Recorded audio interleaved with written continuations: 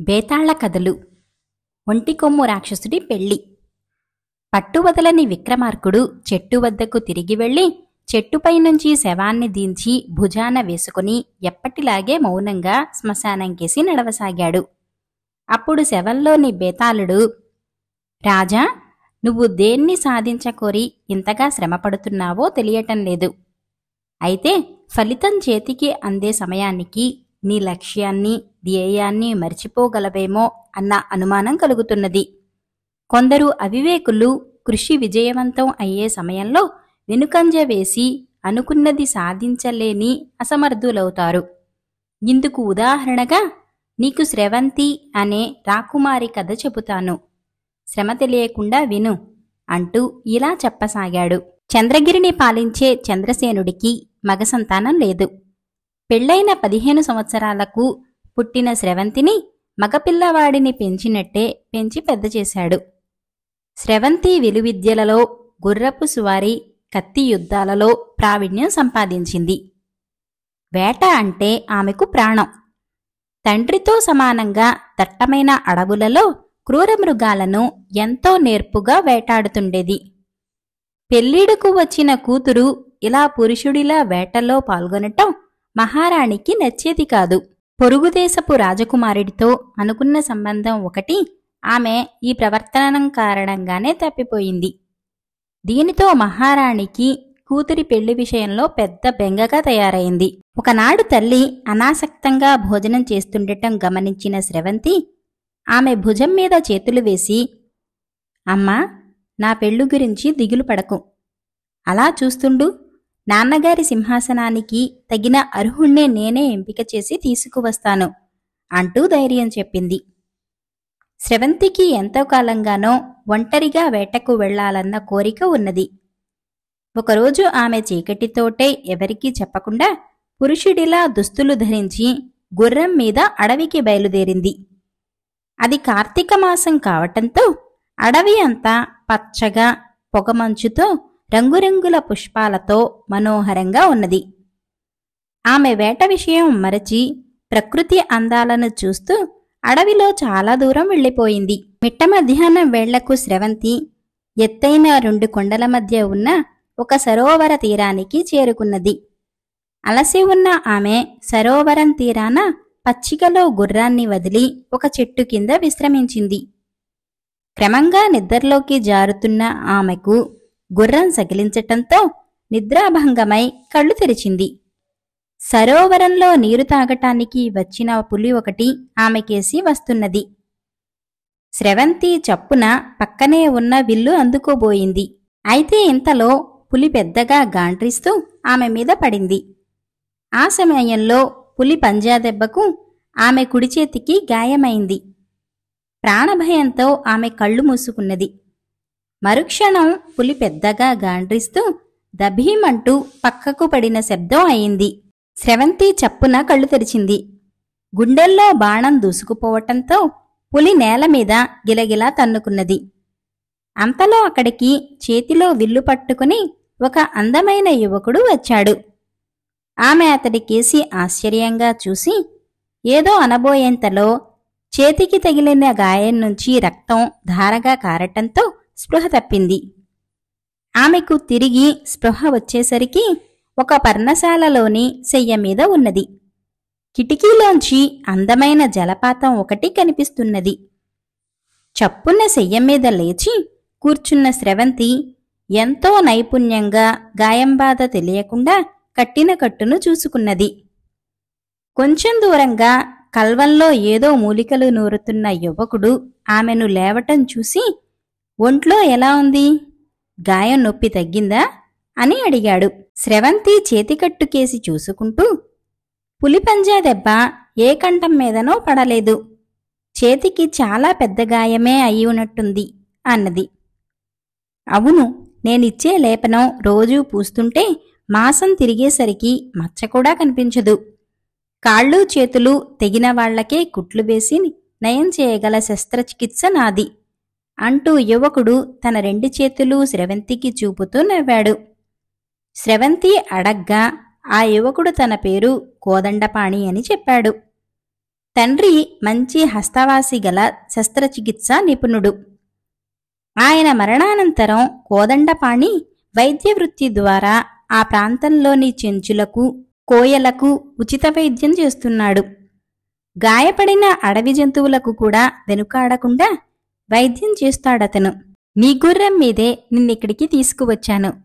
నీ చేతి గాయానికి కుట్లు వేస్తున్నప్పుడు నువ్వు పురుషవేషంలో ఉన్న ఆడపిల్లవని గ్రహించాను. ఇంతకీ ఈ పురుషవేషం ఏమిటి అని అడిగాడు కోదండపాణి. తను ఆ దేశపు యువరాణినని చెప్పదలచలేదు స్రవంతి. రాజధాని నగరంలో ఏదైనా పని దొరుకుతుందేమో అని బయలుదేరాను. ఒంటరి ప్రయాణం కనుక ఈ వేషం అయితే మంచిదనిపించింది. నా ప్రాణాలు కాపాడిన మీ మేలు మరువను. సాయంకాలం కావస్తున్నది, బయలుదేరతాను అన్నది. కోదండపాణి ఆమె గాయానికి రాసుకోవటానికి లేపనం బరిన ఇచ్చి గుర్రం ఎక్కడంలో ఆమెకు సాయపడి, జాగ్రత్త, ఎక్కడా ఆగకుండా వెళితే చీకటి పడకముందే నగరానికి చేరగలవు అంటూ సాగనంపాడు. కోటకు తిరిగి వచ్చాక కళ్ళు మూసినా తెరిచినా కోదండపాణే కనపడసాగాడు స్రవంతికి. ఏ రాకుమారుడినైనా తలదన్నే అందచందాలు, ధైర్యం, పైగా అడవి జంతువులకు కూడా సేవ చేసే దయాగుణం. ఆమె అతడే తనకు కాబోయే భర్త అని నిశ్చయించుకుని అతడి అభిప్రాయం తెలుసుకోవటానికి పక్షం రోజులు కూడా తిరగకుండా మళ్లీ అడవిలోకి బయలుదేరింది. ఈసారి పేద ఇంటి యువతిలా వేషం మార్చింది స్రవంతి. కోదండపాణి తనను ఆ దేశపు యువరాణిగా కాక ఆమెను ఆమెగా ఇష్టపడి పెళ్లికి ఒప్పుకోవాలన్నదే ఆమె ఆశ. స్రవంతి అడవిలోని సరోవరాన్ని చేరేసరికి సాయంకాలమైంది. ఆ సమయంలో చిన్న తాటి చెట్టు ప్రమాణంలో ఉన్న ఒంటికొమ్ము రాక్షసుడొకడు సరోవరంలో స్నానం చేస్తున్నాడు. వాణ్ణి చూస్తూనే గుండెలవసిన స్రవంతి కెవ్వుమంటూ కేకపెట్టి వెనక్కు తిరిగి పోసాగింది. ఆ కేక విన్న రాక్షసుడు చప్పున నీటి నుంచి బయటకు వచ్చి 4-5 అంగల్లో స్రవంతిని సమీపించి వడిసి పట్టుకుని భుజాన వేసుకుని కొండమీద ఉన్న తన కోటకు తీసుకుపోయి ఒక పెద్ద గదిలో దించి, పిల్లా భయపడకు, నిన్ను చుట్టూ ఉన్న అడవి సాక్షిగా పెళ్లాడతాను, తినేస్తాననుకునేవు అంటూ గది తలుపుకు బయట గొళ్ళెం పెట్టి ఎటో వెళ్ళిపోయాడు. ఆ రాత్రి స్రవంతికి కంటిమీద కునుకులేదు.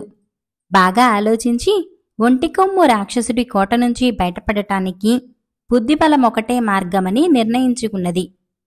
మర్నాడు రాక్షసుడు ఒక పెద్ద ఇత్తడి బిందెలో పాలు, పక్వానికి వచ్చిన అరటిపండ్ల గెల తీసుకువచ్చి గది తలుపు తెరిచి గుమ్మానికి అడ్డంగా కూర్చుంటూ, ఇప్పుడు చెప్పవే పిల్లా, మన పెళ్లికి ముహూర్తం ఎప్పుడు అన్నాడు వికటంగా నవ్వుతూ.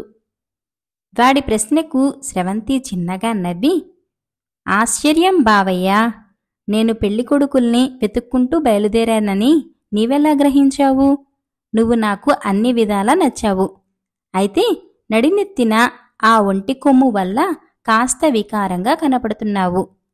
దాన్ని తీయించేస్తే సరిపోతుంది అన్నది గెల నుంచి ఒక పండు తుంచుతూ. ఆ మాటలకు రాక్షసుడు మొహం చిన్నపుచ్చుకొని, నా శక్తులన్నీ ఆ ఒంటి కొమ్ములోనే ఉన్నాయి. నీకు బావుండకపోతే దానికేసి చూడటం మానేయ్ అన్నాడు కోపంగా. అందం కోసం కాకపోయినా నా పసుపు కుంకాల కోసమైనా దాన్ని తీసేయించాలి. తప్పదు, నాకు చిన్నతనంలోనే జ్యోతిష్కులు చెప్పారు. ఒంటికన్ను, ఒంటికాలు ఇంటికి ఒక్కడే కొడుకు. ఇటువంటి వాళ్లను పెళ్లాడితే వాళ్లకు పెళ్లినాడే పరలోక యాత్రని. నీకు ఒంటి కొమ్ము తీసేయించటం ఇష్టం లేకపోతే మరొక పెట్టుడు కొమ్ము పెట్టించుకో, అప్పుడు చూడటానికి బావుంటుంది. నా జాతక దోషం నీకు ఎలాంటి హాని కలిగించదు అన్నది స్రవంతి. రాక్షసుడు కాసేపు ఆలోచనలో పడి, మా నాన్న తాలూకు 2 కొమ్ములు కోటలో పడి ఉన్నవి. వాటిని నా తల మీద అలంకరించుకోవటం ఎలా సాధ్యం అన్నాడు విచారంగా. ఇలాంటి అవకాశం కోసమే చూస్తున్న స్రవంతి వెంటనే, నన్ను నువ్వెత్తుకొచ్చిన సరోవరం పక్కన ఉన్న జలపాతం దగ్గర ఒక కుటీరంలో కోదండపాణి అనే గొప్ప వైద్యుడున్నాడు. అతడు శస్త్రవైద్యంలో కూడా మహాదిట్ట. అతడి సాయం కోరితే నీ సమస్య తీరిపోతుంది అన్నది. అలాగా అంటూ రాక్షసుడు ఆత్రంగా కోట తలుపు మూసి బయటకు వెళ్ళిపోయాడు. స్రవంతి కోట అంతా తిరిగి చూసింది. ఒక మూల గదిలో రాశిగా పోసి ఉన్న బంగారు కాసులు చూసి ఆమె కళ్ళు చెదిరిపోయాయి. చీకటి పడుతుండగా రాక్షసుడు వచ్చాడు. అతడితో పాటు తనకు కావలసిన పరికరాలు, మందుతో కోదండపాణి వచ్చాడు. అయితే ఇదివరలో అతడు స్రవంతిని పురుషవేషంలో చూసి ఉండటంతో ఇప్పుడు యువతి వేషంలో ఉన్న ఆమెను పోల్చుకోలేకపోయాడు. స్రవంతిని తనకు కాబోయే భార్యగా కోదండపాణికి పరిచయం చేశాడు రాక్షసుడు. నా కాబోయే శ్రీవారి నెత్తిన 2 కొమ్ములు మొలిపించే బాధ్యత మీదే అన్నది స్రవంతి నవ్వుతూ. కోదండపాణి రాక్షసుడి కొమ్మును పరీక్ష చేసి, ఇప్పుడు తల మధ్యలో ఉన్న ఈ కొమ్మును శస్త్రం చేసి తీసివేయాలి. తర్వాత 2 కొమ్ములను సమాన దూరంలో ఏర్పాటు చేయాలి.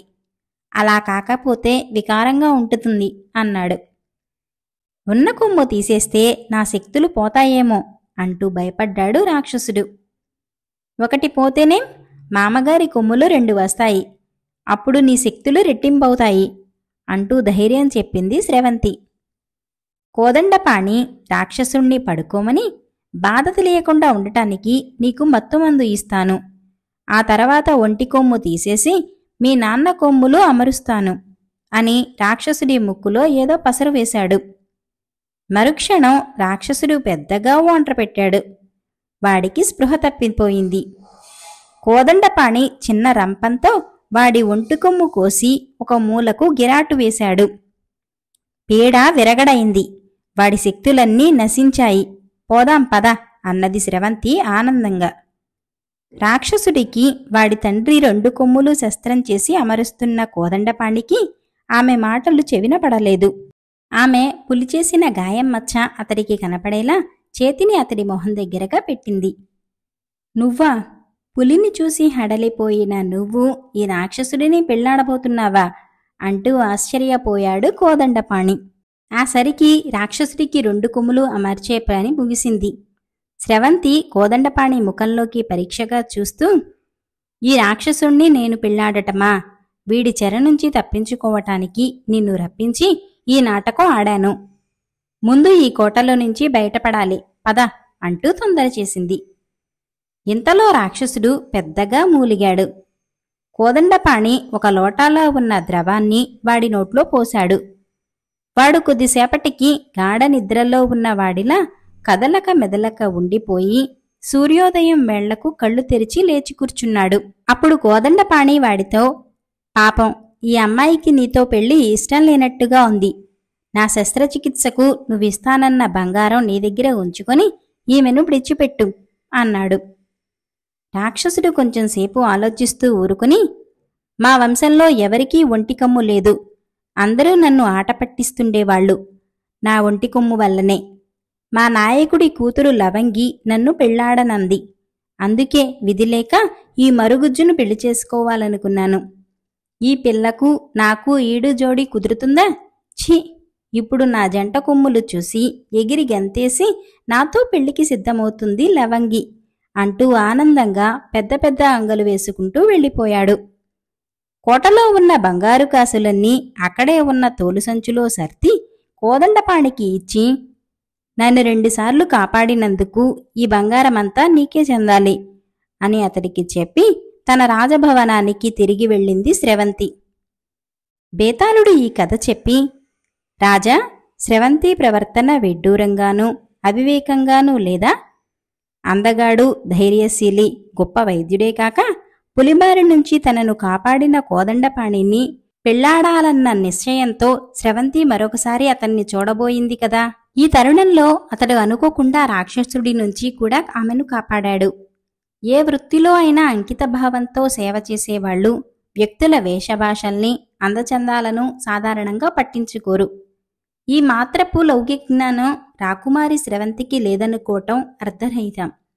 పేద యువతి వేషంలో ఉన్న తనను కోదండపాణి గుర్తించలేకపోయినా తాను రాకుమారునని చెప్పి తన ఆంతరంగిక భావం వెల్లడిస్తే అతడు పెళ్లికి నిస్సంకోచంగా అంగీకరించి ఉండేవాడనుకునేందుకు ఆస్కారం ఉంది. ఆ పని స్రవంతి చేయకపోవటం అవివేకం అనిపించుకోదా? ఈ సందేహాలకు సమాధానాలు తెలిసి కూడా చెప్పకపోయావో నీ తల పగిలిపోతుంది అన్నాడు. దానికి విక్రమార్కుడు, స్రవంతి ఉద్దేశం తన తండ్రి తర్వాత సింహాసనానికి అర్హుడైన వాడిని పెళ్లాడటం. అడవిలో కోదండపాణిని చూసిన తర్వాత అతడు అందుకు అర్హుడన్న భావం ఆమెకు కలిగింది. కాని ఒంటికొమ్ము రాక్షసుడి విషయంలో అతడి ప్రవర్తన గమనించినప్పుడు ఎంతో గొప్ప వైద్యుడైన కోదండపాణి ఆ వృత్తి విషయాలు తప్ప ఇతరత్రా ఏవీ పట్టించుకొని నైజం కలవాడని గ్రహించింది. అడవిలో ఉండే ఆదివాసులకు వైద్య సేవలు చేస్తూ అందులోనే తృప్తిని ఆనందాన్ని పొందే అతడు రాజ్యపాలనకు ఏ విధంగానూ అర్హుడు కాడన్నది తెలుస్తూనే ఉన్నది. ఆ కారణంగానే ఆమె తన నిర్ణయం మార్చుకుని రాక్షసుడి కోటలో దొరికిన బంగారాన్ని అతడికిచ్చి తిరిగి వచ్చింది. ఇది ఎంతో వివేకవంతమైన పని అన్నాడు. రాజుకు ఈ విధంగా మౌనభంగం కలగగానే బేతాళుడి శవంతో సహా మాయమై తిరిగి చెట్టెక్కాడు.